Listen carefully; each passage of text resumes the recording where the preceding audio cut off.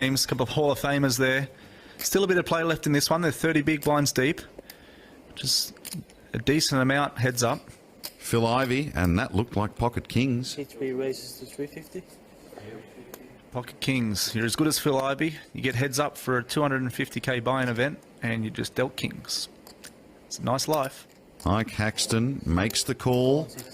Pot's around 700. He's got 10-9 offsuit. He could wind up in trouble here. And the flop. It is an 8-5-5 flop, so, well, nothing really there for Ike. Not much there for Ike, but he has been pretty tricky post-flop in this heads-up battle. Well, both players go check, so Ivey really hoping he catches. The turn is a king. Well, yeah, Ivey caught that pretty hard, Paul.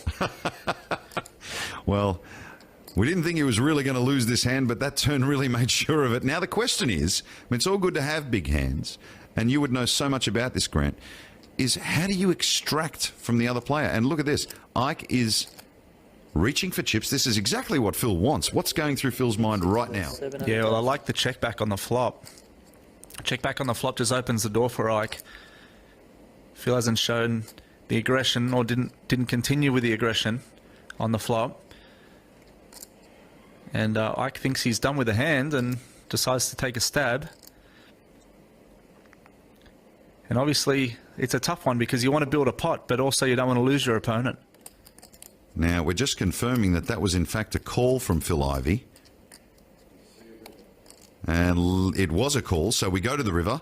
It is a 6, a black 6 of spades. So now Haxton needs to bluff at it, and look at this. He's reaching. Yeah, well, the flush has come in, so I guess he's trying to credibly represent a flush or a 5 or even a king. Well, little does he know what he's bluffing into. Yeah, Phil Ivey has just about the stone cold nuts here.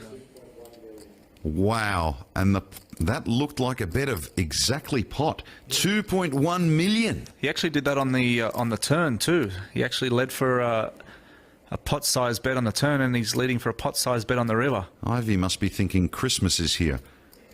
How do I get any more out of him? Well, Haxton only has 3.1 million back, so, I mean, the natural thing for Phil to do is shove here.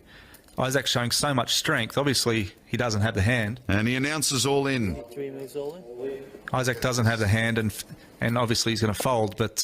yeah, what a very costly pot that was for Ike Haxton. And you got to hand it to Phil Ivey. He really disguised that hand very well. Yeah, well, it all come back to the check back on the flop. It really was a green light for Isaac to bet.